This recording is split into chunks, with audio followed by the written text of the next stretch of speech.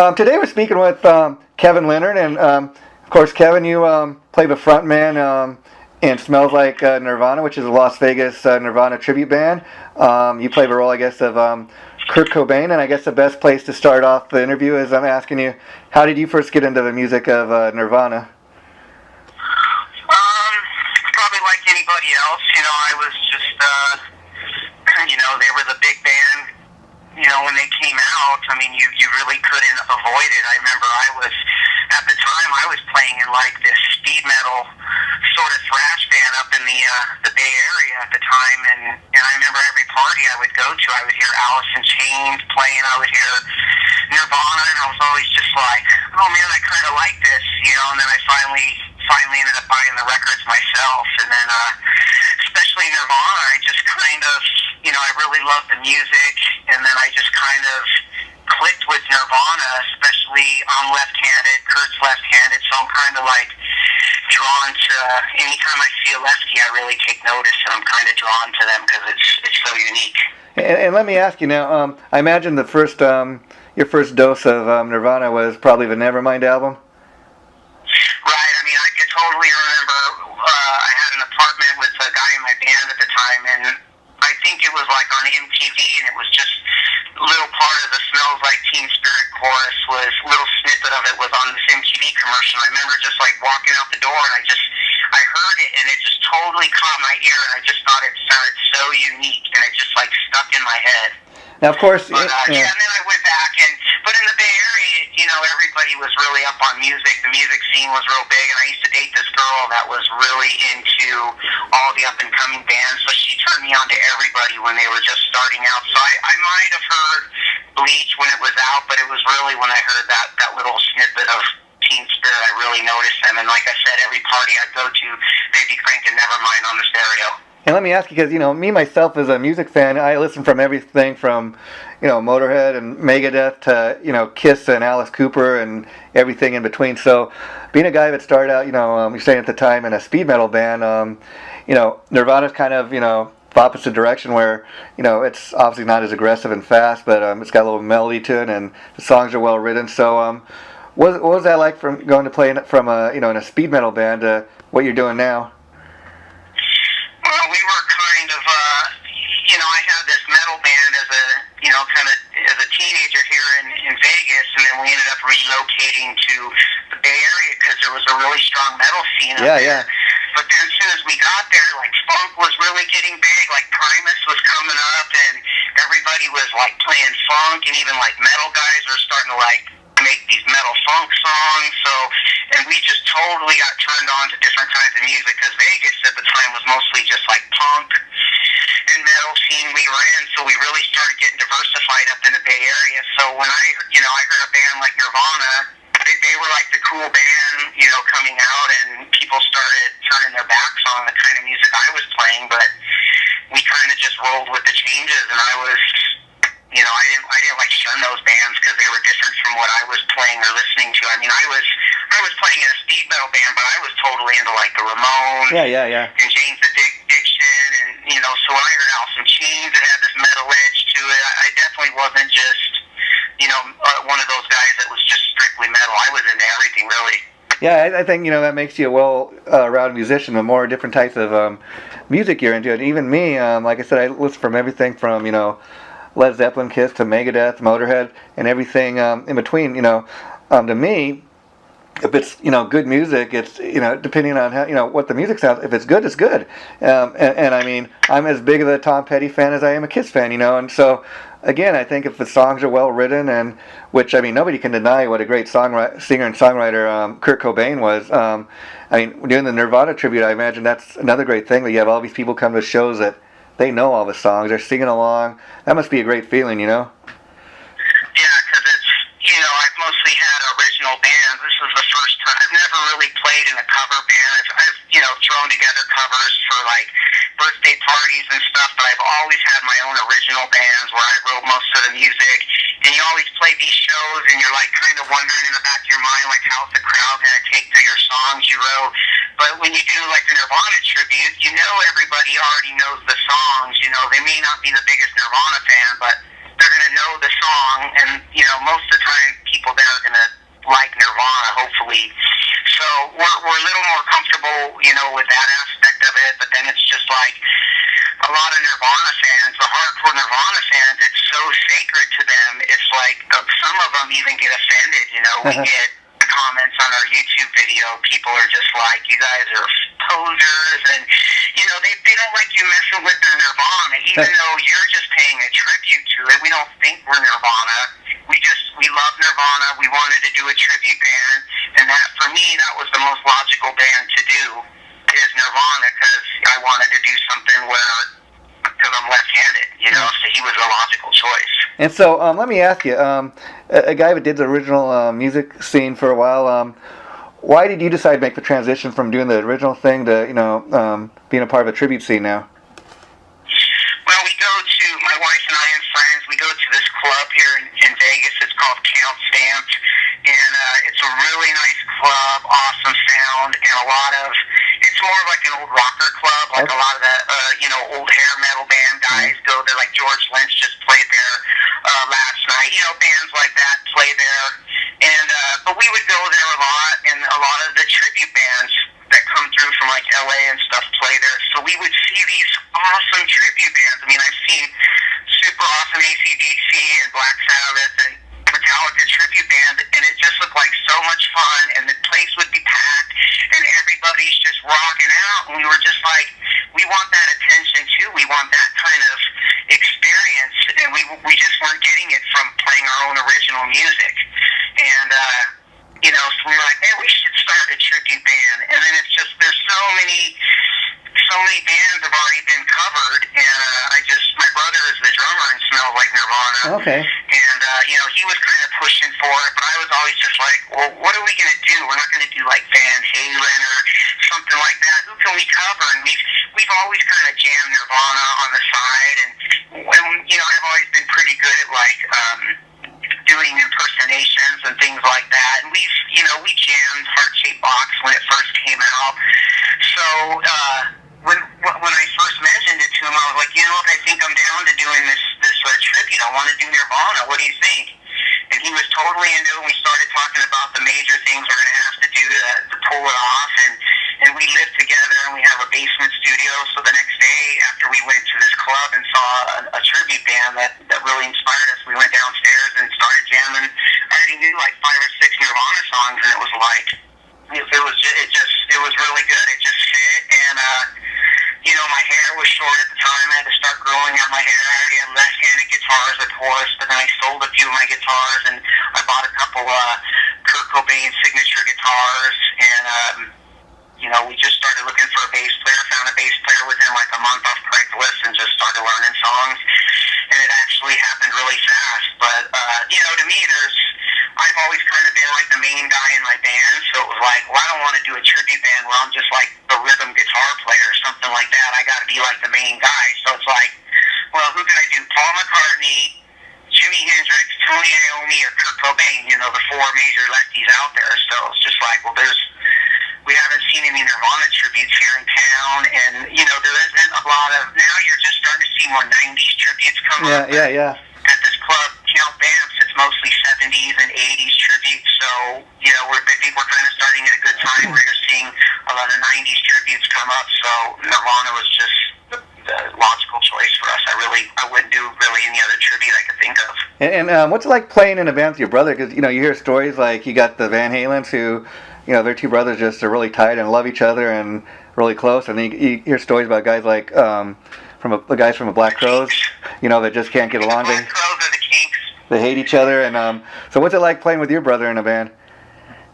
Well, we've always played together since we've been musicians, since teenagers, and it's kind of good in a way that, especially we live together, so we can always, you know, when we were playing original music, if I had an idea, it was like, hey, you got a minute, let's go downstairs and work on this, or, you know, we're always around each other, so we're real tight, and you kind of have that relationship where there's no barriers. You could just kind of tell them exactly what you want. You could be like, you know, you're not really doing this right, or you need to do this, or, you know, we're a little more like open and kind of offensive to each other in a way, you know, instead of just somebody else, you might have to approach it differently how you're going to say it. But with brothers, we kind of just take it for granted, and we just say what's on our chest, and that's it. We're not. They're still going to be there. They're still going to be your brother. They're not going to walk away and not be your friend anymore. So it has its advantages like that.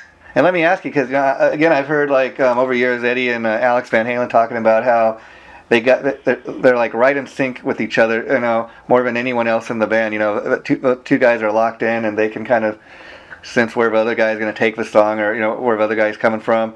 Do you feel that you and your brother have that same kind of thing where you guys are locked in with each other? I would say so. We've been playing together so long where a lot of music terminology that I use, he knows it, so he knows what I'm talking about. As far as things like counting measures, the way I count it, and things like that.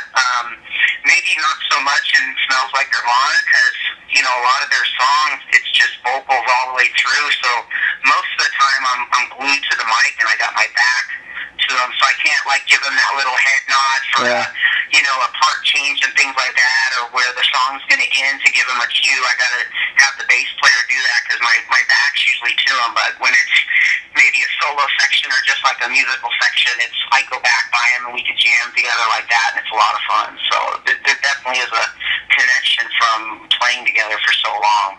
Las Vegas has always been a great entertainment town, but I hear especially the last couple of years, it's getting a real great music scene there. I like you're talking about some of the 80s guys. I know some of the guys from LA Guns, and you got the Slaughter guys. Even Oz Fox, I think, from Stripe. A lot of these rock guys are moving, from LA to Vegas. Yeah, I think I see guys around every once in a while. I think because it's close to LA and it's a lot cheaper. So, I'm really into motorcycles, like vintage motorcycles besides music. So I was just at some vintage motorcycles show here a couple months ago, and I saw the singer for LA Guns roll in on some vintage BMW, and he was just walking around the crowd. You see Vince Neil everywhere. I ran into the guys from the Killers at the Hard Rock Hotel a couple times. I ran into the singer from the Killers at Marie Callender's, which is a restaurant here. He was just standing in line getting some takeout, and I went up and talked to him. So you're right.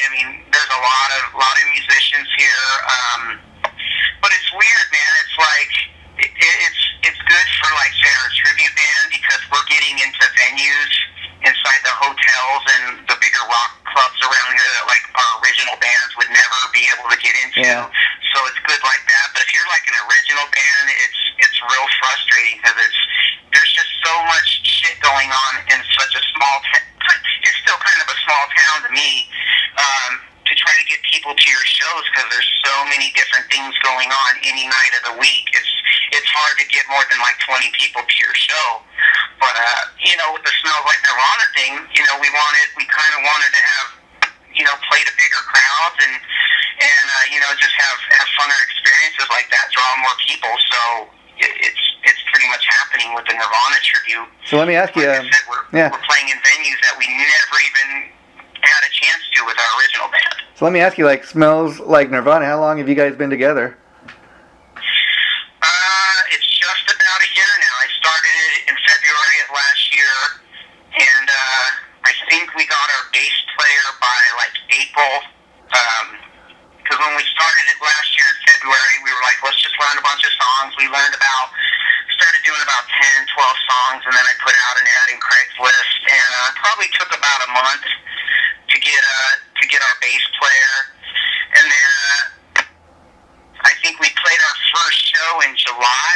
We only knew about an hour's worth of material, and we actually went down to that Count Vamp club, and we played their Wednesday night jam night, and we got up and did 4 songs. So it's been going fast. Everything's been going fast. So cool. Really couldn't be happier. Totally cool. And let me ask you now. You obviously got the left-hand thing going for yourself, as far as being a left-hand guitar player. But I look on your Facebook page, and I got to say, the pictures I've seen of you, you look like you got the look down as far as Kurt Cobain is. Is that something you had to work too hard at, or was it a matter of people were always telling you, hey, you look like Kurt Cobain? How hard did you have to work to get that look down? I've never had anybody tell me I look like Kurt Cobain, unless it was like now talking about the band. But, like I said, when I started the band, I had short hair, and, back when I was a teenager in my early 20s, I had long blonde hair, and then it kind of got darker. And Kurt's had all different hair colors over their career, but he's mostly known for his blonde hair, like shoulder-length blonde hair. So, we started getting the band going, and the biggest thing I thought was holding me back was my hair. It just wasn't the length that I wanted it to be. It's getting real close. I think in about another 6 months, it'll really be the length that I want it to be at. I was just working on the guitar playing part of it was pretty easy. The singing I had pretty good. There was some songs I sounded like really like just like them. Other ones I had to work on it a lot.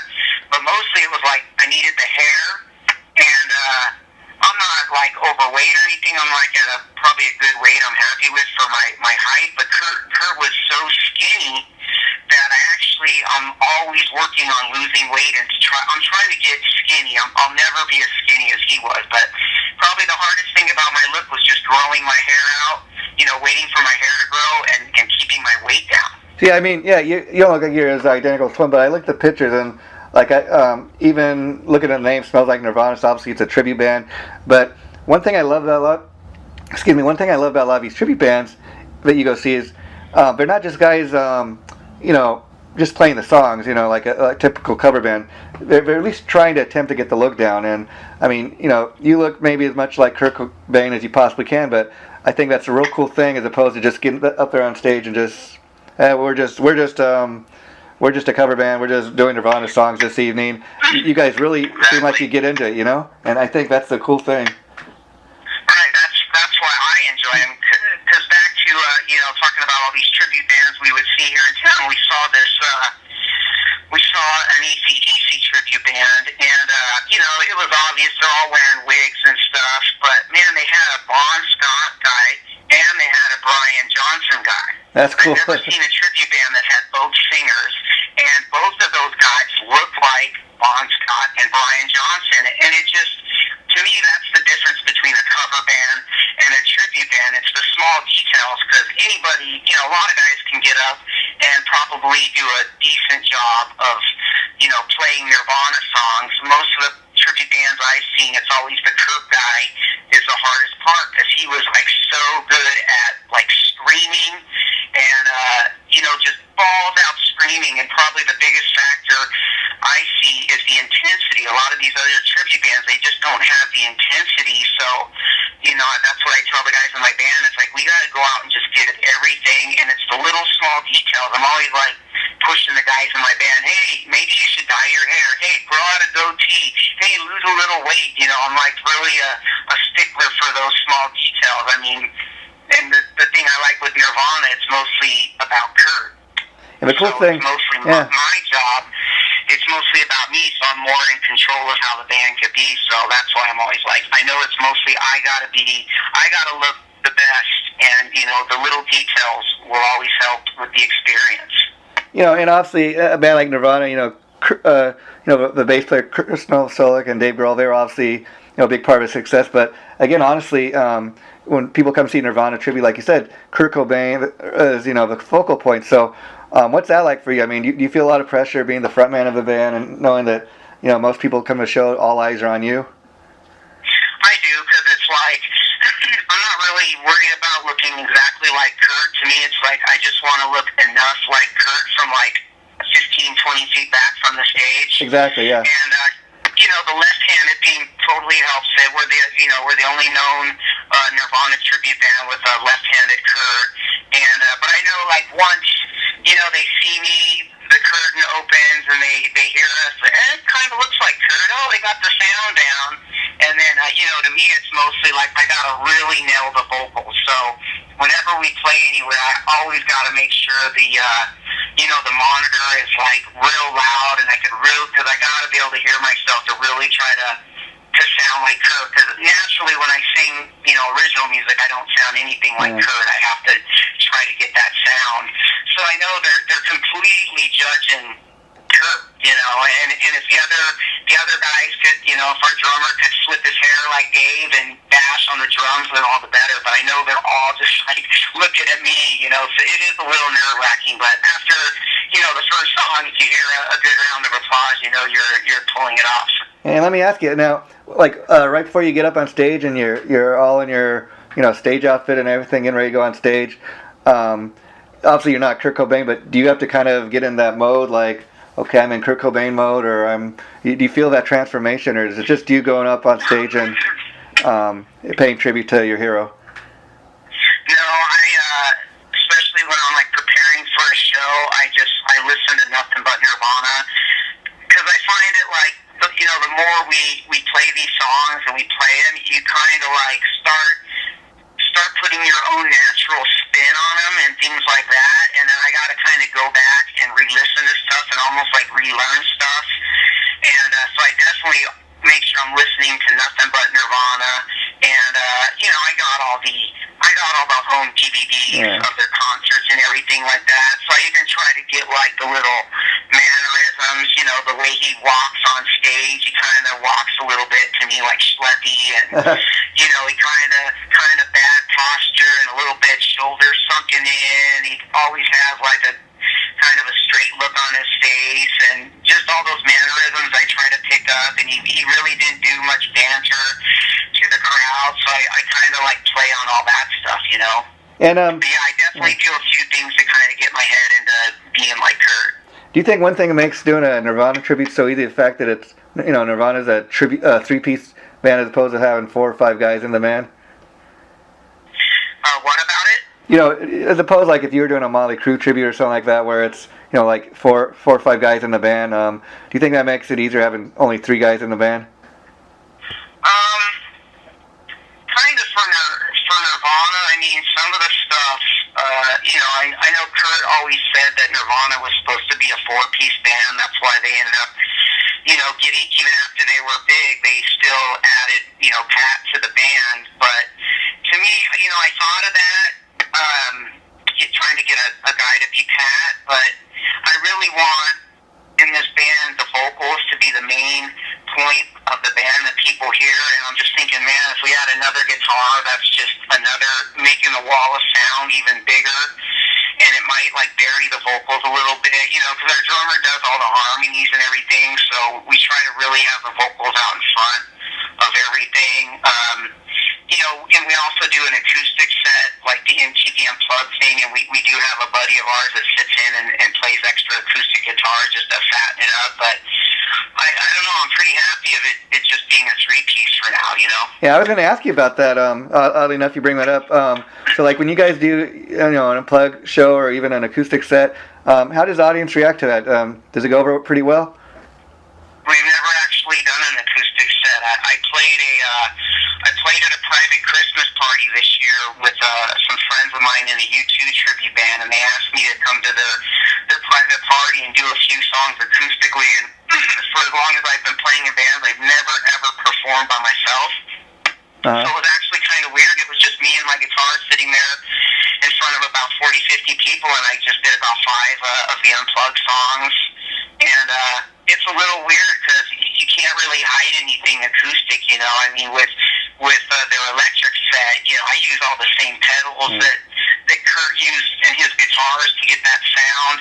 And, you know, and it's real distorted, so you can hide little fluffs and stuff like that, but for the acoustic stuff, it's so clean, especially then the vocals, you know, you can't be squealing and, you know, your voice cracking and all that. You gotta be so much better than the electric version of your band. So we're actually playing at the end of this month in a really nice venue inside the Hard Rock Hotel, and we're playing 3 whole sets, which we've never done before, so we're gonna kind of break it up and do an acoustic set in the middle. So it's gonna be the first time we've ever played an acoustic set. Oh, that's totally cool. Now, let me ask you, have you guys had a chance to play much outside of the Las Vegas area, or do you pretty much stick to just doing local shows?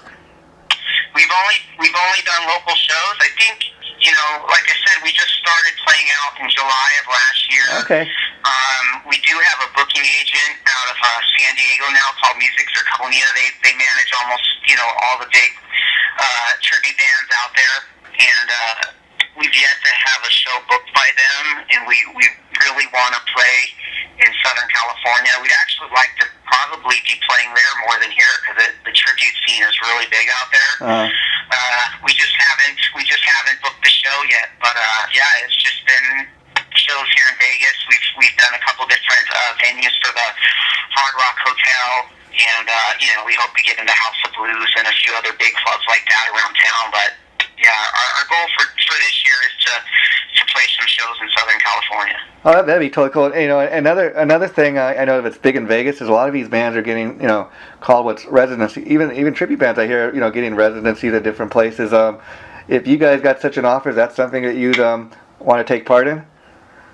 I would do residency. Like the place that we're playing at the end of the month, it's a really nice club called Vinyl inside the Hard Rock Hotel, and I think we're only the second tribute band that they've had play there.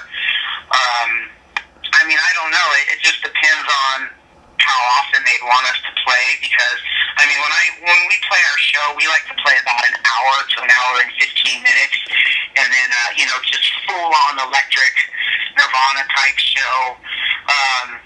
And I do pretty good on my voice. I might be a hair hoarse after the show and pretty good the next day, but I usually like to take a day off before I have to do another Nirvana show. So it would be really hard for me to sing like 3-4 nights in a row. But if they were like, hey, play here, once a month, something like that would be awesome. We'd like to get in some kind of rotation like that, like maybe once a month at like 3 or 4 different clubs, so we're playing maybe 4 or 5 times a month. So let me ask you, Kevin, a lot of these guys I've interviewed in different tribute bands, tell me, aside from doing this, they have their typical 9-to-5 job. Is that do you have a day job as well?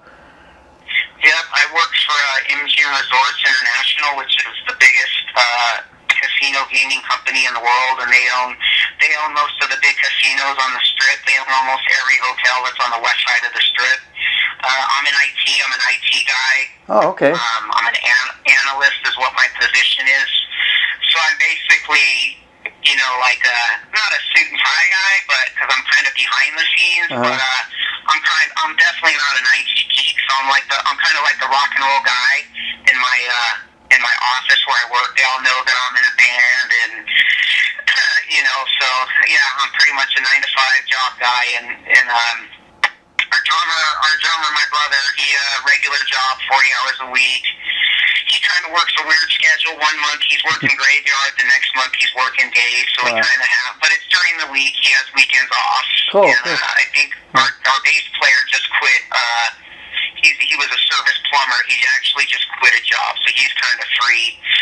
So it works out good. We don't really want to play weeknights anyway. Just usually Fridays and Saturdays. So we have that open to play. And have you guys been able to do gigs pretty regularly, or does it just depend when a show comes up? Yeah, it just depends. I mean, we definitely are still kind of new, and we don't have our pick of shows. And some of the clubs, like this club I'm telling you about, Counts Vance. Yeah.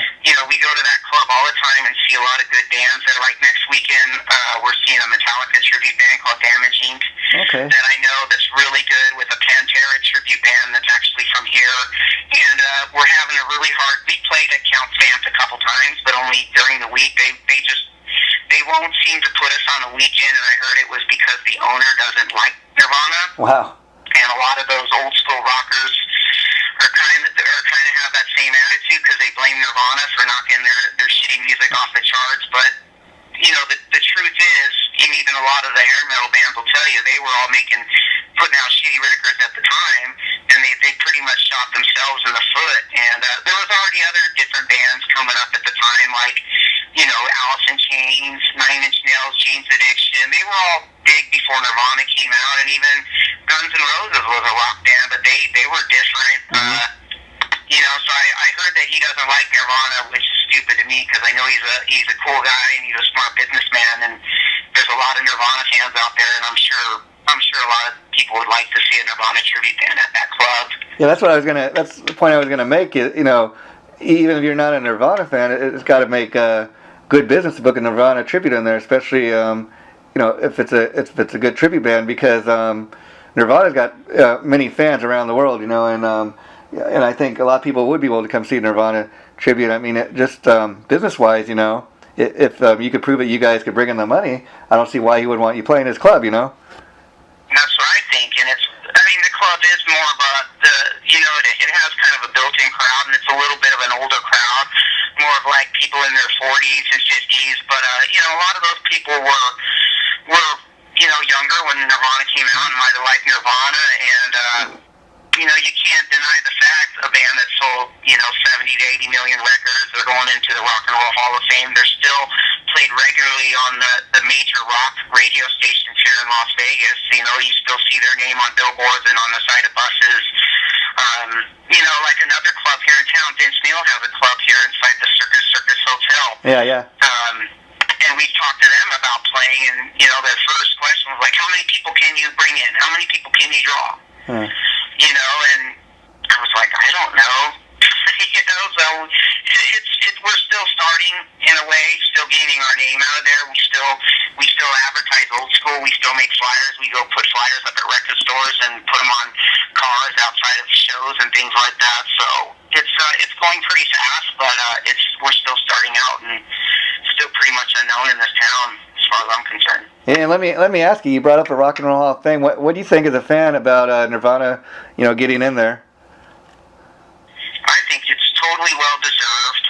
I think the Rock and Roll Hall of Fame's a total joke. I mean, Kiss finally gets in there. I mean, they should have been in there a long time ago. There's tons of bands like that should have been in there. And then there's stuff like I think like Madonna's even. I don't even follow it. It's so like out of my element and not even what I'm concerned with. But a lot of people respect it, and I know a lot of the artists say they don't, but Nirvana's going to show up and they're going to do their thing, and Kiss is going to show up and do their thing. But as far as an award being in some kind of Rock and Roll Hall of Fame because you were like one of the best rock and roll bands ever, it's completely well deserved. I think it's a joke that Courtney's going to show up to represent. To receive the award on Kurt's behalf. I think it should just be his daughter and not her. So it's going to be a weird vibe. She even said it's going to be awkward. It's going to be awkward for everybody involved because she's going to have to show up and grab all the attention when it's not even going to be about her. Yeah, the thing about the Rock and Roll Hall of Fame to me, it is really a joke. I mean, I kind of, I'm interested every time, something I hear some article about, I read it, just because it's almost, a laugh. I mean, like you said, Kiss, for example, they should have been in years ago, but, they're finally getting in, that's great. But now, another band that was up this year to be inducted, second, third time they've been even just nominated was Deep Purple. How do you put Hall & Oates, induct Hall & Oates for you get a band like Deep Purple in there? They've been doing it, like 50 years almost, longer than any of these other bands that are getting in, and that's what makes it such a joke, It is a total joke. I mean, Deep Purple is they're about as rock and roll as you can get. How many bands did they influence? I still listen to Deep Purple, and they're one of the early kind of hard rock bands, along with Black Sabbath and bands like that around in the late 60s. It just goes to show you how out of touch that this small group from the Rock and Roll Hall of Fame is. It's even Paul Stanley was saying stuff recently how he thinks it's a joke, and he didn't even really know how it was going to go down when they get inducted, if they were even going to play. But he was totally dismissing it. But he didn't say that he wasn't going to show up. I'm sure he's still going to show up, and they'll probably still play and embrace it and everything, and say how grateful they are for the award. But it's all that shit. It's just as bad as the Grammys. It's just a complete joke. Somebody should just make their own rock award shows and real rock and roll Hall of Fame. Call it something else and have it be really true. With guitars and loud drums and none of these, like new wave bands or anything that you just wouldn't say was rock and roll. I like all kinds of music, but I'm just like, every year I'm like, that band's going to the Rock and Roll Hall of Fame. It doesn't make sense. It's lame. I can't help it. I follow music websites and the music business, so I see Facebook, so I always see articles on it, but that's how I find out about all that stuff. But I think it's a complete joke. I'm not like excited and calling my friends like, yeah, Nirvana made it into Rock and Roll Hall of Fame validation, because it's just a total joke. Yeah, I mean, it's almost too like a popularity contest because, again, talking about a band like Deep Purple, Smoke on the Water, that's the most recognized guitar riff ever, to a lot of people. Right. And, again, not taking anything away from Nirvana, but I think a lot of reason Nirvana got nominated, okay, they've finally been around 25 years, and that's a popular band. We get them in the Hall of Fame. People will tune in to watch.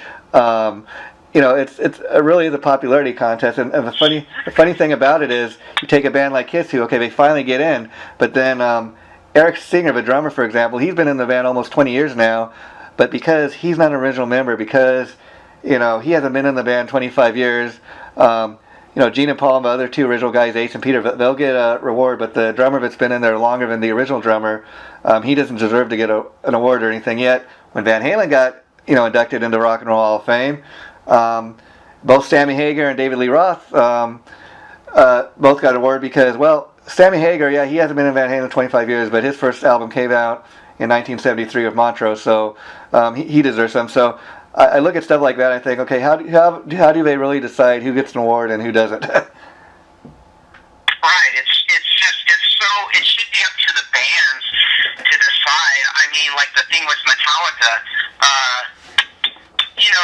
they invited Dave Mustaine to the awards to sit out in the crowd, but he wrote like half the songs on the first album and a few songs on the second album, and he wasn't even inducted into the band, yet you got, he wrote way more than like Jason Newsted wrote. Of course, Jason recorded albums and stuff. He should be in there. He's a legitimate member, but stuff like that where they invite Dave, but he can't be on stage and he can't be inducted. It's just another part of how lame it is.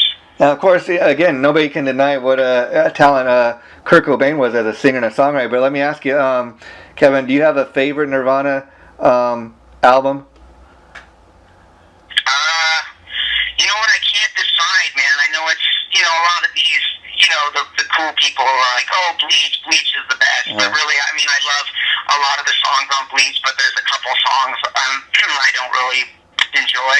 And then, I love Nirvana, Nevermind when that came out. Besides the songs were so good, just the production back then when I was, getting into being in a band and recording a band myself, it was just like, it just sounded so good. I always liked albums that sounded just sonically so good, and I was just like, God, this sounds so good. It just made the songs so much better. And then when In Utero came out, I mean, I think I first heard probably Heart Shaped Box, and I remember I learned it. My brother and I used to jam it when it first came out, and I remember us going out on weekends, we would just crank it in the car the whole weekend. We were out partying.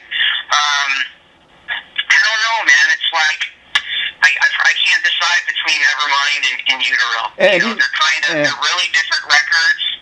I'm probably gonna say Nevermind. I think it has more of the better songs on it. I pretty much like every song, and in Utero there's a couple songs I'm kind of like, my favorite song is probably Come As You Are. I like playing that one. I like singing that one. I remember when Incesticide came out, and I bought that, and I was kind of like, it just had a lot of those, quick, shitty productions, and I just didn't get really into it. And then I revisited it again, doing this tribute band, and I like that album now, and I like a lot of the songs on it now. Of course, you've been a Nirvana fan for years, but let me ask you, do you find, part of the reason you say it's so hard to pick a favorite album or song is because the more you perform this material, kind of the closer you get to it? Yeah, totally. I never really I didn't really like Bleach all that much when I was mostly into Nirvana back in the day. It was mostly just Nevermind and In Utero. And then I think I had Bleach taped somewhere off somebody on a cassette somewhere. And now that we, with this band, I listen to Bleach more and learning a lot of the songs. And we just started doing Scoff off Bleach. And, I never really took a lot of notice to that song, but now that we play it, it's like this really, got really heavy guitar riffs in it, and he's just fucking screaming balls out, and I really like playing that song now. and liked that song. And we just started doing Love Buzz, like we're going to debut Love Buzz at this next show at the Hard Rock Hotel, and that's like an awesome song. Even though it's not there, they didn't write that song. Yeah. It's just, I totally love listening to that song. That's one of my favorites too now. And, not to bring anybody down now, but I got to ask, going back to that sad day in 1994, I mean, obviously Kurt Cobain was your hero. He's somebody, you followed his band Nirvana. When you heard the sad news that he had, shot himself, how shocked were you? Because people, say he was a John Lennon of his generation. And, I think, well, that's a very strong comparison that, rightfully so, because he was equally talented, like I said, as a singer and a songwriter. Totally, and I mean, a lot of people, like probably you and myself, we recognize that, and there's a lot of musicians and guys in bands and just music fans that don't. But I mean, I can't really remember exactly where I was when I heard it. I know at the time, this guy that I knew was like, "Oh man, did you hear Kurt Cobain died?" But I think that was the time that he OD'd in Rome, and they thought he was dead, and there were stories out that he was dead, but he just OD'd and then he was better. And then, so I can't really remember hearing exactly when he died, but I know right around the time, because I remember we were like out probably drinking in some bar, drinking at somebody's house, and I remember my brother was like all drunk crying. He was like totally, I mean, we were all bummed, but he was actually like crying in tears, like, why did he do it? Why did he have to do it? And a lot of us we were just so bummed because he told, when he came out, I was in my band, and it was like everybody just wanted to hear, all those bands were popping up, just like Nirvana and Seattle bands, and just all those alternative bands were getting big, and you just couldn't ignore it or avoid it. The music scene did totally change because of Nirvana, and I loved all those songs, man. I mean, like I said, when In Utero came out, we listened to it every weekend in the car with all our friends partying, and yeah, I mean, I can't remember the exact moment how I heard it, like through a friend or on the radio or on TV or through a magazine or what. But yeah, I was totally just, I couldn't believe it, just totally shocked. But we saw him have that OD, and there was talk back then that there was a suicide attempt. So you kind of, and it was all those stories in the news and everything that he was depressed and blah blah blah. And I wasn't like surprised. I mean, I was shocked, like, fuck, he actually did it, but it wasn't like, wow, I wonder why. Yeah. And let me ask you, talking a little bit about the fact that there is no more Nirvana, and Nirvana will never perform again. I mean, that must be a special thing about being a Nirvana tribute. I mean, you kind of got that responsibility, but well, not only is this just a tribute, but the real Nirvana is never going to play again. We got to keep these, songs alive. So, that must be a great feeling knowing that you not only put on the tribute to Nirvana, but that people that maybe never got a chance to experience the real Nirvana, they're coming to your shows just to kind of get a taste of it, Totally. It's like I said, people are like, all these, it's usually like the younger kids that hold Nirvana so sacred, and they're just like, oh, you guys should play your own music, and stop trying to be Kurt, and blah, blah, blah. It's like, man, we love Nirvana too. We're just, we're having fun playing their music, and it's a tribute, to the songs, music of Nirvana. We love playing the music. I mean, every time we do a show or practice, it's just like, man, we got endless awesome songs to play. It's like, oh, what's the next song? Oh, I love playing that one. It's just, every song's like an awesome song. There's not one song that we play that I don't enjoy. There's some songs we don't do because we don't really like them, but every song we play, we love their songs. And yeah, we try to tell people, it's a tribute, man. We're paying tribute. We're this is the closest you're going to get to Nirvana. You're never going to see him again. If Dave and Chris and Pat, decided to do some kind of show where they play some Nirvana songs, I mean, you might get close. They might get somebody to stand in for Kurt and do some Nirvana songs, but I can't see them doing it. With Dave and the Foo Fighters, he's already doing so good with his own band. Why would he even have to revisit the Nirvana stuff? Maybe at the awards ceremony this year for the Rock and Roll Hall of Fame, they might have, they usually play their songs, which is going to be a trip to see somebody come up there and sing some Nirvana songs. But it's like, hey man, we're honoring the memory of Nirvana. I got to see Nirvana. I never got a chance to go see them play live, which I regret. But that's what I tell people. Hey, man, this is the closest you're going to get to seeing Nirvana. We do our best to sound like them and look like them. So just enjoy it. Enjoy these awesome songs. So while you get the occasional hater telling you that hey, you guys should do your own original thing, I imagine you get also a fair number of people come up telling you, after your shows, hey man, we really enjoyed the show, or you put on a great show. What's that like? Oh, we definitely get that more than the naysayers. It's just good because, for me, I always try to do everything 100%. I don't want to do anything half-assed. I'm kind of like, not the ball buster in my band, but I'm always like telling the guys, hey man, you need to, go study these videos, and you got to get go get Chris's moves down a little bit better, or maybe you should put your bass a little lower. I try to get all the details down like that because to me it's a better experience for the people watching, because I know I've seen a lot of tribute bands, and when I see a guy up there that really looks like him and he's totally pulling off the impersonation, it's just like it makes it so much better. So I'm trying to do that for my band. I'm not trying to be the best tribute band out there, but I am trying to be the best Nirvana tribute band out there. So when people see us, we always get people keep coming back to see us. They tell us all the time, man, you guys sound exactly like Nirvana, man. It's so awesome, and I do get a lot of compliments on sounding like Kurt, and people, that know, a lot of people don't even know Kurt was left-handed, but the people, of course, that do, they're just like, man, how lucky are you? You're even left-handed, It's just awesome. So we know we're doing a good job, so it makes all the practicing we do every week and work, we put into it worth it. And now let me ask you, you brought up Dave Grohl. Obviously, for years he was just known as a drummer, a guy that was in the back of the stage, and he's a pretty, physical player as far as, his drumming. But how surprised were you when you first, like a lot of people heard that first Foo Fighters album and realized, wow, he can play the guitar, he can sing, he can front his own band. I mean, to me, it seems like he was Nirvana's best kept secret. Oh, totally. I mean, he's exactly he's like their secret weapon. And, those songs on Nevermind were so good, so even if they would have kept Chad Channing when that album came out, I think it still would have did well, but not have had the impact with Dave's drumming.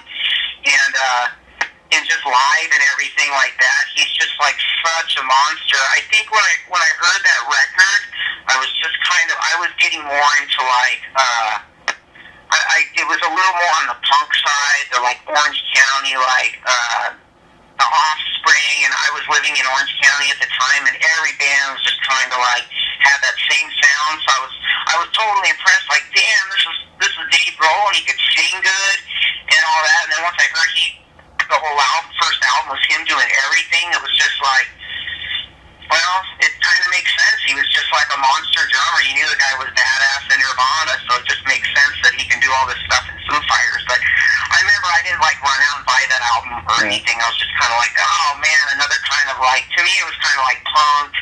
It had that Orange County sound to me, and I was getting more into bands like that were coming out at the time, like Smashing Pumpkins and Jane's Addiction, stuff like that.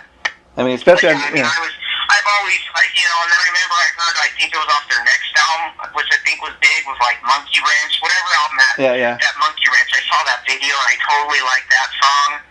And I forget some of those other songs. I still only own the first Foo Fighters, is the only Foo Fighters record I have, and I think like the greatest hits. But I mean, if he comes on the radio, I don't turn it, or I watch his concerts on cable and stuff like that. I've never seen him in concert, but I would love to meet the guy. I think that'd be totally awesome. He's like the token rock guy at everything you see nowadays. Yeah, exactly. Yeah.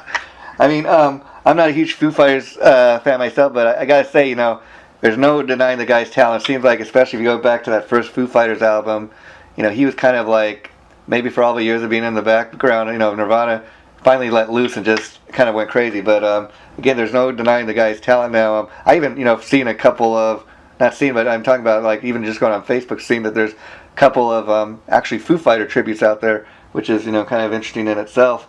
Now, I was curious, Kevin, when you first put "Smells Like Nirvana" together, did you have to spend a lot of hours, like you're saying, looking at videos, since like you're saying you hadn't even seen Nirvana ever in concert? So, how long did it take you to get to that point where you felt comfortable in your ability to, get on stage and play the material?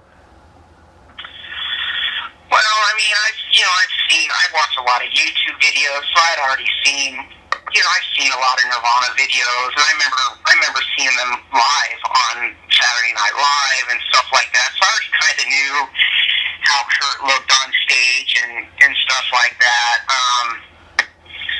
I don't know. I think by our first show, let's see, that was July. So we'd already been a band for 5 months before we played our first show. I was ready.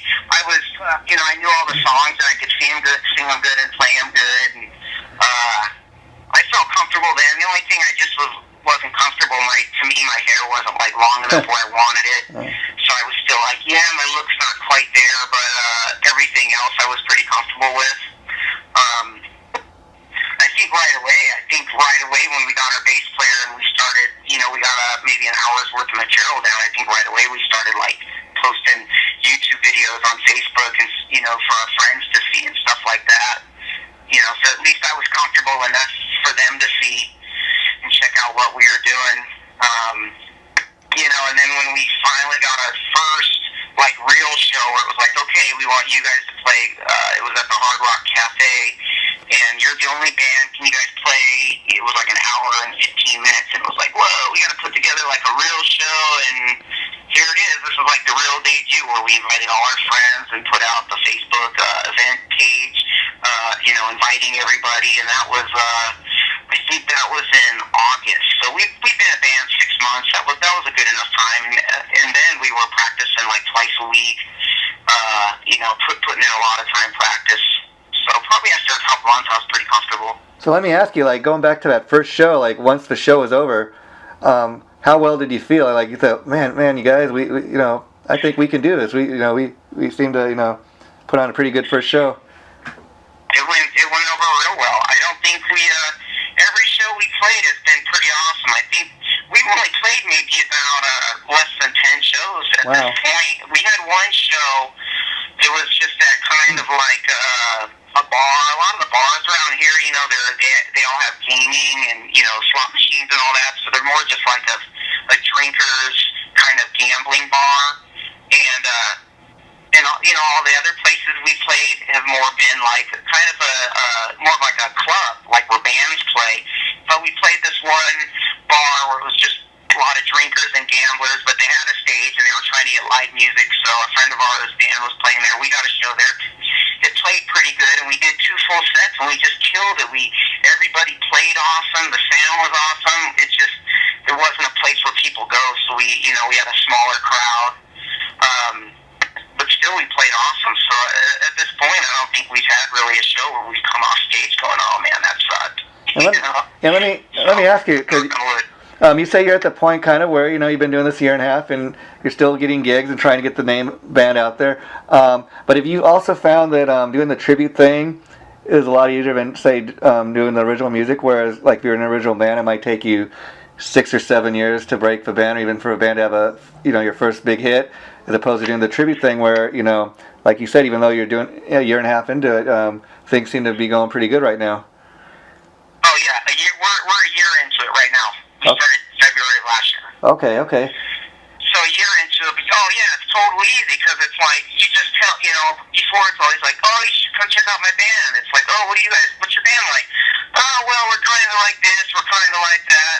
Oh, okay, cool. Or, oh, yeah, I'm not really into that kind of music. It's okay, but it's oh, I got a Nirvana tribute. They're oh, cool. Or oh, yeah, you kind of look like Kurt Cobain. So usually people are everybody's heard of Nirvana, even if they'll, even some, people like my dad's age are oh, Nirvana, oh, they're like that Kurt guy, or Dave Grohl, yeah, really, you do them, huh?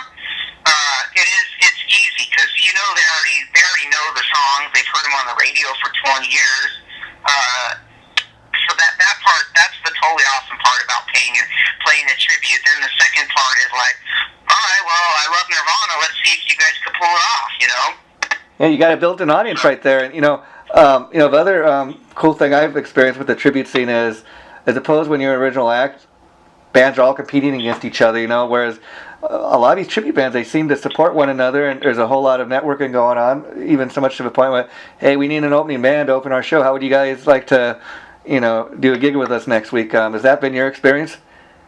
Totally. That's what I found. There's this tight, tribute scene clique. I know it's real big, it's real cliquey, and it's, in Southern California, like the booking agent that we have, they represent, they're called Music Zirconia. If you go to their website, okay, they have just all the big tribute bands, Queen and Elton John, Black Sabbath, AC/DC, No Doubt, all those bands, like the Access TV show World's Greatest Tributes. Most of the bands you see on that show are from Music Zirconia. Oh, okay. But I found that it's very cliquey. They have their little group of favorite bands, and they're all like friends. And if you're not like from LA, right in that area, we're kind of having a hard time getting them to book shows for us. It's like, we're a Nirvana tribute band. Nirvana was way bigger than this band that you're booking shows for all the time.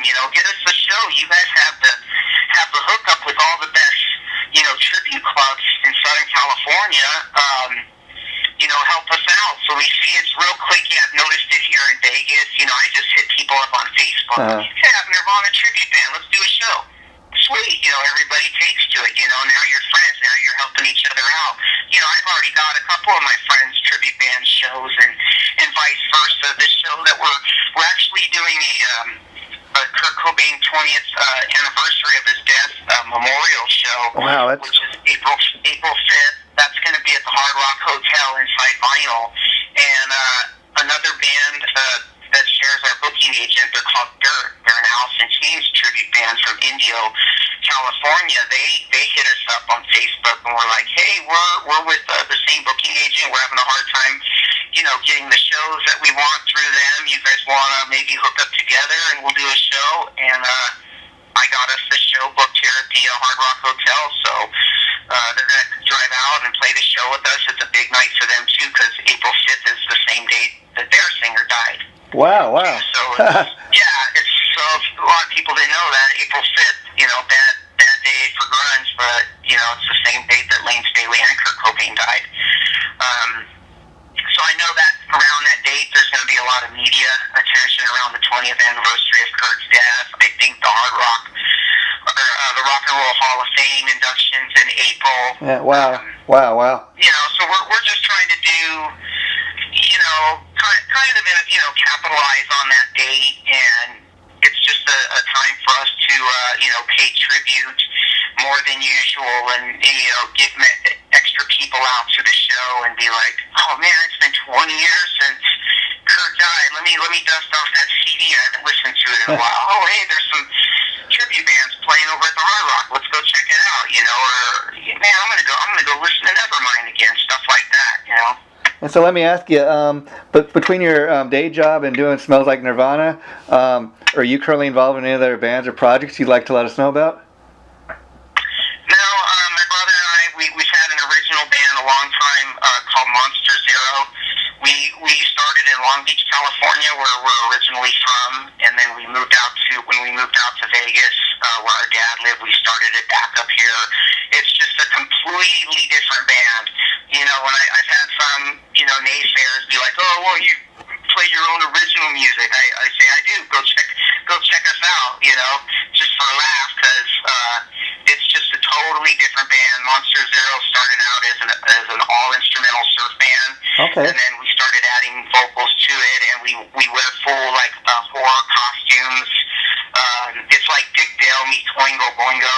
Wow. Like a new wave surf edge, fast surf, but keyboards and kooky lyrics, kind of cheesy, corny, tongue-in-cheek, comic book type stuff, but really cool. I think it mostly is closest to like Dick Dale meets Oingo Boingo. Wow. Well, Kevin, it's been a real pleasure talking. I can't thank you enough for doing this. Before I let you go, let me just ask you, do me a favor later and shoot me your email through my Facebook page. Reason being is I could then send you an MP3 file of the interview you just did. I think you'll enjoy listening to it. You gave a really great interview. So once again, thanks for that. No problem. do with our Facebook page, and if people want to sit and listen to the story of Smells Like Nirvana, they can, or if it's a link to your website, they can get to your website and get turned on to your website and all the other tribute bands that you're helping out. But we totally appreciate it because, it's just all for fun. It's just, there's nothing more frustrating than just putting a lot of time into your art and then just you don't get the appreciation. So that's pretty much a lot of the motivation behind starting this tribute band, plus the love of Nirvana, and just getting people to come out to our shows and rock out to the Nirvana songs with us. It's just awesome. So any kind of support we can get is totally appreciated. Well, before I let you go too, Kevin, just want to let you know, first of all, welcome to our family, because especially if you had a chance to check out the Facebook page, what we're looking to do there is create a community for tribute bands and their fans. So anytime you have a show coming up like you've been telling me about, you want to post on there, you want to post any of your videos on our Facebook page so people can check the band out, you're more than welcome to do that. And as far as this interview we just did, whatever you want to do with this, as far as helping promote your band, that's what we're doing it for, and that's what it's all about. So again, thanks for doing it. Welcome to our family, and anytime we can do this again or help you promote the band,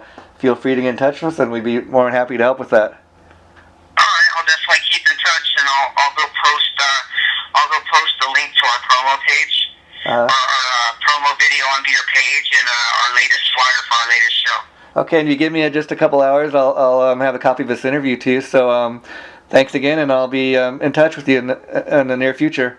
All right, man. Thanks a lot. It's fun. I appreciate it. Okay, bye-bye.